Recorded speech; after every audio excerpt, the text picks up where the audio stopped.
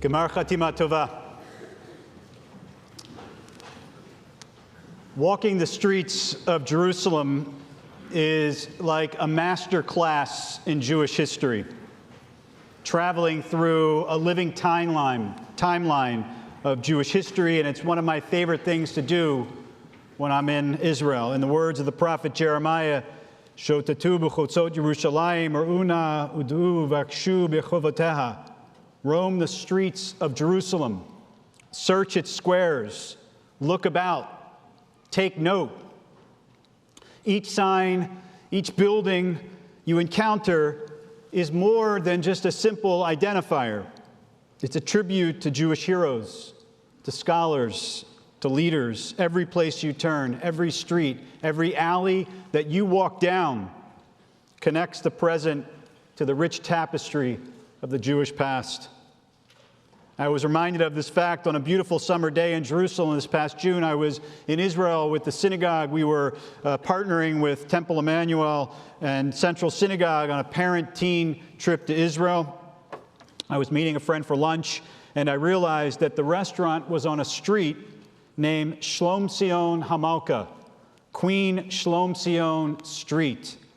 Now, my guess is that many of you here this afternoon, are we still in the morning? This morning, have never heard of Shlomtsion. Fun fact, during the British Mandate, the street was named Princess Mary Street. After Israel was created, after the state was founded, the street was renamed to honor the Queen. Now, how she became queen is a twisted story of family dynamics and political machinations, but she was crowned in the year 76 BCE, and she ruled for 9 years. Now, sadly, we don't know a great deal about her. There are no speeches left behind. There are no grand narratives of her time as queen. What we do know is that she was loved by the people, and the rabbis of the Talmud revered her. And I believe that she is one of the most important figures in all of Jewish history, because it's in her reign as queen that the continuity of the Jewish people would be ensured. The enduring legacy of Queen Shlomtsion is her recognition that the future of the Jewish people would be secured not by military power, not by wealth, but by the strength of studying Torah, of knowing our story, of knowing who we are and where we come from. It's under her leadership that the framework was established for Torah study to become accessible to all Jews, not just the elite. It was revolutionary, and it was perhaps the first genuinely universal system of education in history.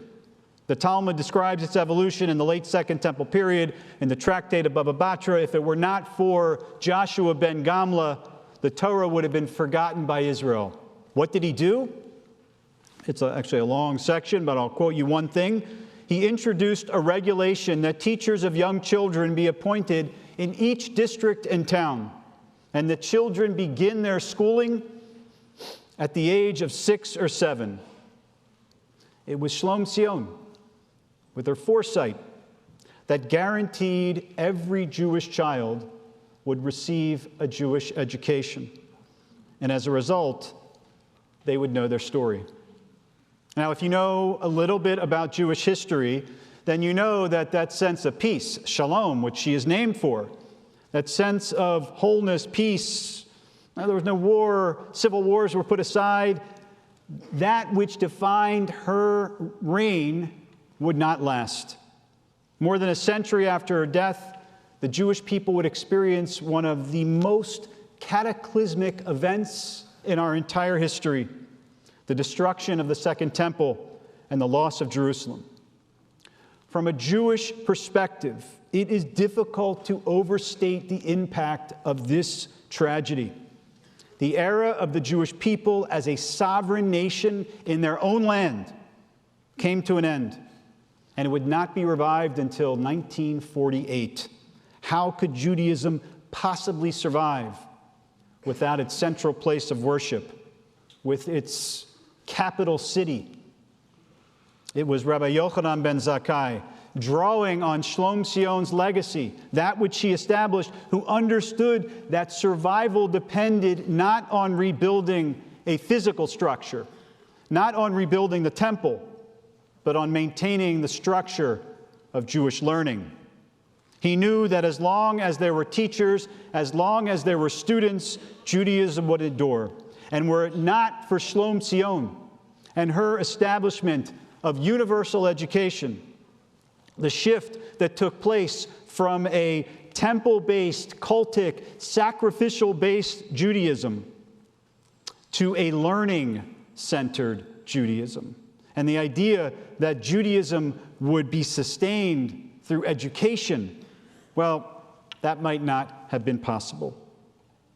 Now, this idea of Shlomtsion, picked up by the rabbis, would become the thread that runs through all the great crises of Jewish history, and there are many.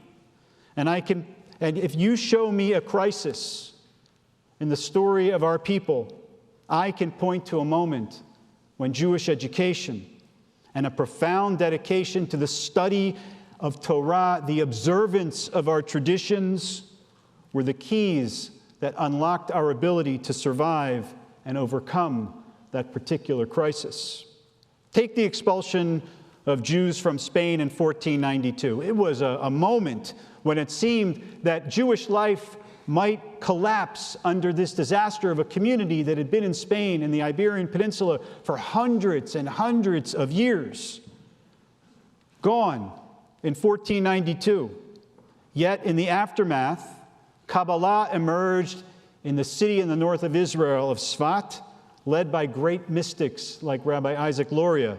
Now, how did a recently uprooted community find the strength to explore new spiritual depths? The answer is education. They relied on it.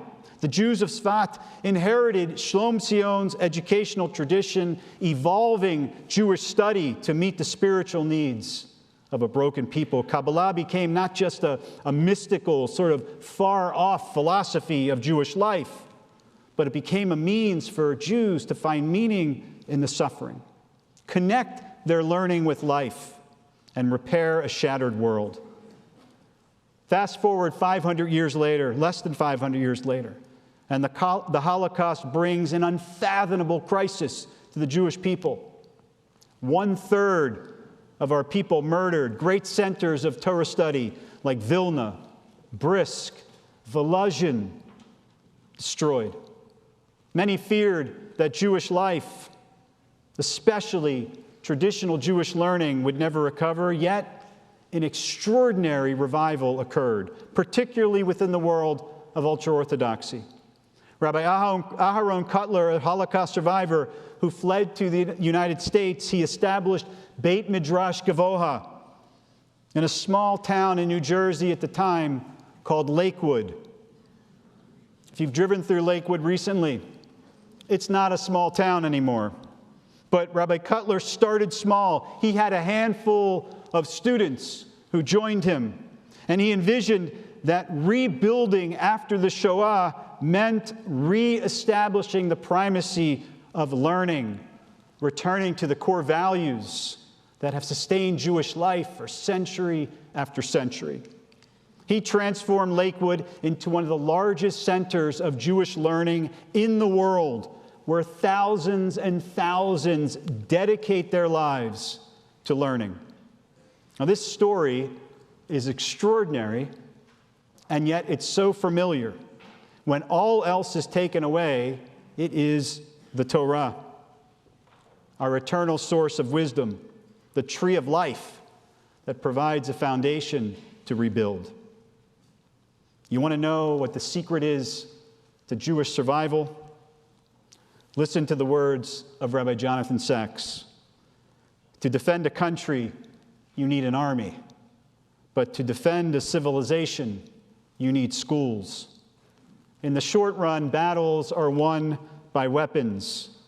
but in the long run, they are won by ideas and the way they are handed down from generation to generation. That's the impact of Queen Shlomtsion. The rabbis created a toolkit to nurture Jewish identity that was so effective. We were able to survive 2,000 years of exile and dispersion. Friends, we are living through another moment of crisis. The horrors of October 7th, Jews being murdered, raped, taken hostage, still in captivity. It's left us reeling. It's left us disoriented. We are once again confronting a world where many are intent on our destruction and many others sympathize with that desire. This is a moment to reclaim Shlomtsion's legacy. If we are to survive and thrive, we must once again double down on Jewish education. We must teach our children not only the history of our tragedies. They can't simply be experts in fighting anti-Semitism. They need to know the richness of our tradition, the depth of our values, the joy of living Jewishly, the beauty of our mission as a people. Now, thank God we have the brave soldiers of the IDF to defend the country. But there is a long game to be played here that is built around ideas and our ability to see ourselves as ancestors, passing down these ideas to our descendants. And sadly, we live in a time when too many of us don't know who we are, where we came from, what we stand for. Too many of us don't know our own story. This reality was reinforced for me over the summer on the same Israel trip when our group of parents and teens met with the Israeli journalist Chaviv Redegor. Now, I know many of you have listened to Chaviv for a year or more now. He's been our regular source, or for many of us, a regular source of information. You think you know him? He's actually a very nice guy. And he shared with us an experience that he had while lecturing at Harvard Law School. A Jewish student approached him and after the lecture explained how scared he was to walk through campus. The student said, "I can't cross through campus without people screaming at me, 'Zionism is colonialism.'" Over and over again, and he told Chaviv that it hurts. And he explained what it was that hurt so much. What hurts is that I don't have an answer. I don't know what to say back. Now let's stop for a moment and sympathize with this young student. How many of us can feel his pain? How many of us, when confronted with the phrase, "Zionism is colonialism," actually feel in our gut, in our kishkas, that that's wrong? But do we have an answer? Do we know how to respond to that claim, to that accusation? Chaviv, a little frustrated, he caught his breath, and he essentially told this student a small part of the story of our people. And this is what he said. Do you know that 95% of Israeli Jews came to the land as refugees with nowhere else to go? Do you know of another such colonialism? We come from 60 countries, Israelis. There's no mother country that we are coming from. Do you know of a colonialism with no mother country? There is an ancient tradition of belonging to the land. Every synagogue in the world faces towards Jerusalem and has done so for 2,000 years. There's no colonialism with any of the features of Zionism. He said to this young student, "You really didn't know why Zionism and colonialism aren't the same thing?" The student looked at Chaviv and he said, "Wow, now I'm invincible. And Chaviv said to us, I was shocked, because the things I said to him were the most basic, the most foundational, simple facts of our history, and he didn't know them. And when he did know them, everything was solved in 45 seconds. The story reminds us that while America has been good to the Jews, and there is no comparable diaspora experience in the history of our people, we have paid a price. And the price is that because it was and is so important for us to be American, we have not really needed to learn our history. We've not really needed to know our story. And the result isn't just ignorance. It isn't just a loss of identity. It's a loss of resilience. It's like the study from Emory University that Bruce Feiler quotes in his book, The Secrets of Happy Families, that the more children know about their family's story, he says, or the study says, the stronger their sense of control over their lives, the higher their self-esteem, the more successfully they believe their family functions. In other words, resilient children know their family's story. They know they belong to something bigger than themselves. And what's true for us and our nuclear families is true for us as Jews and our collective Jewish family. Yes, you heard on Rosh Hashanah, faith is essential. Yes, you heard on Rosh Hashanah that courage is vital. Of course, it goes without saying that fighting anti-Semitism is absolutely necessary. But knowing what we know about Jewish survival and what has allowed us to navigate crisis after crisis throughout our history, if Jewish education isn't the top of our list of communal and personal priorities, then we are turning our back on a critical source of strength, of fortitude, and of our resilience as a people. This is the sacred task of our generation, to remember and reclaim our story and to teach it to our children. Because when our kids know their story, even just a few facts of the wider story, they are invincible and they can survive and navigate any crisis. Now, we know it's not that simple. And when we are completely honest with ourselves, we can even acknowledge that we've underachieved when it comes to the obligation of Jewishly educating our children, to teach them that the struggles and the triumphs of our ancestors are our story too. So to parents and to grandparents who are here, I challenge you.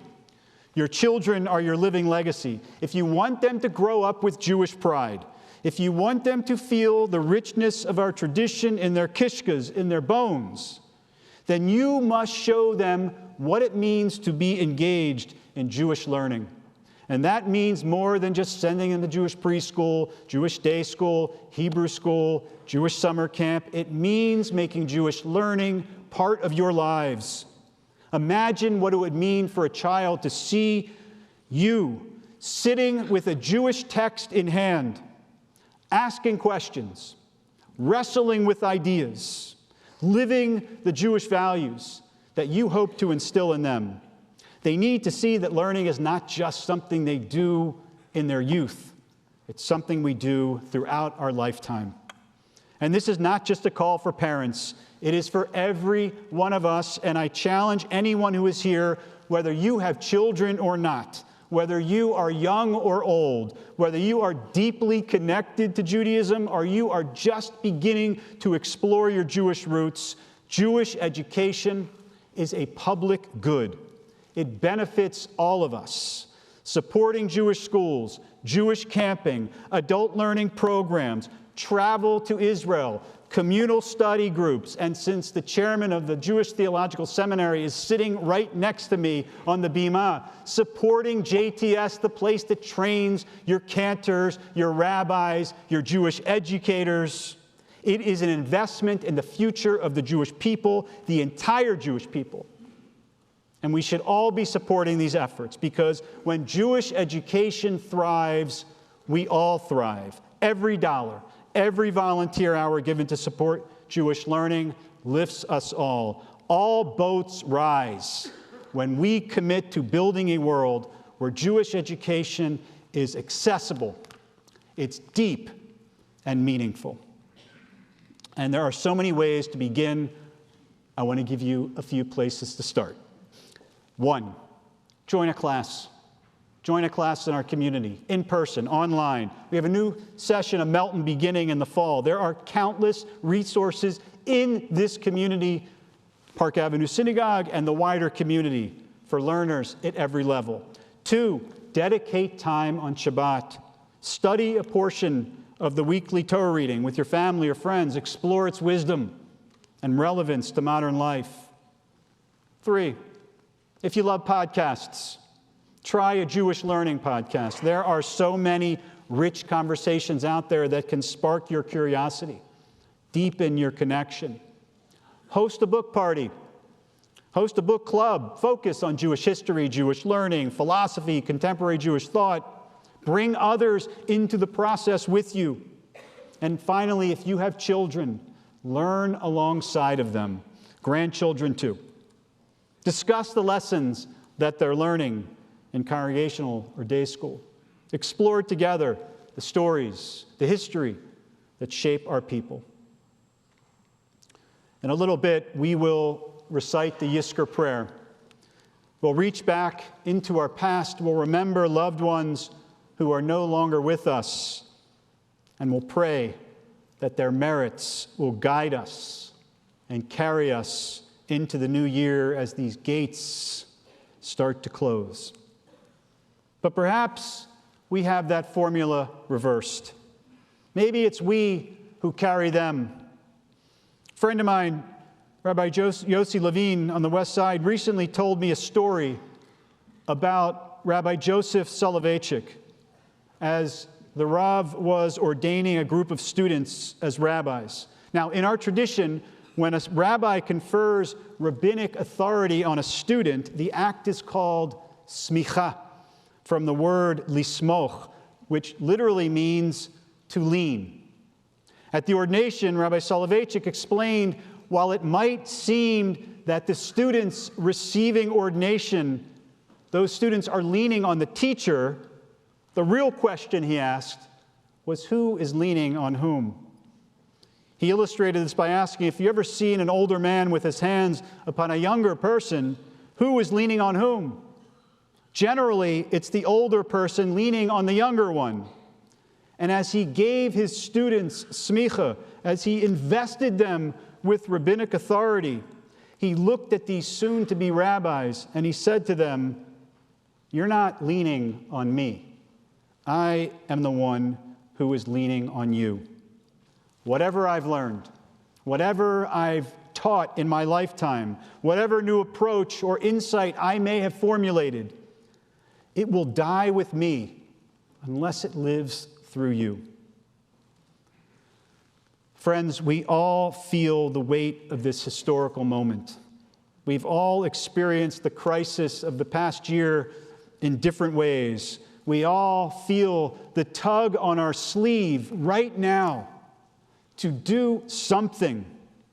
And at the time of year when the book of our lives are open, history is calling us to see ourselves as a part of a narrative, part of a chain that stretches back thousands of years, and we are also the authors of the next chapter. Our ancestors, our grandparents, our great-grandparents, all the way back to the time of the rabbis and Shlomtsion, they're leaning on us. They need us. And our sacred task is to carry forth the legacy that began then by the rabbis. that was nurtured by Rabbi Yochanan ben Zakkai, that was reborn through the Kabbalists in Sfat, and that has flourished in the halls of the yeshivot in places like Lakewood and JTS and all the institutions of Jewish learning up to this day. This Yom Kippur, let us make a solemn vow, a commitment to the sacred pursuit of Jewish learning. It's not just an intellectual exercise. It is ultimately an act of love and a deep and bold declaration of faith in our future. As we enter this year, may we be sealed with a commitment to knowledge, to wisdom, and a deep connection to the Torah and to the traditions that have sustained us as an Am Kadosh, a holy people. Let us remember that we are not just witnesses to Jewish history. We are its authors. So together, let us write the next chapter with pride, with love, honoring the past, while ensuring that our choices today strengthen the foundation for generations to come. I wish you all a Gemar Chatima Tova. We should be sealed in the book of life in the year to come for a year of health, a year of happiness, and a year of peace. Amen. Thank you for being part of the Park Avenue Synagogue family. I hope you enjoyed the sermon. Please consider becoming a regular part of our online community by scanning the QR code or visiting supportpas.org or making a donation. Shalom, and see you in Shul.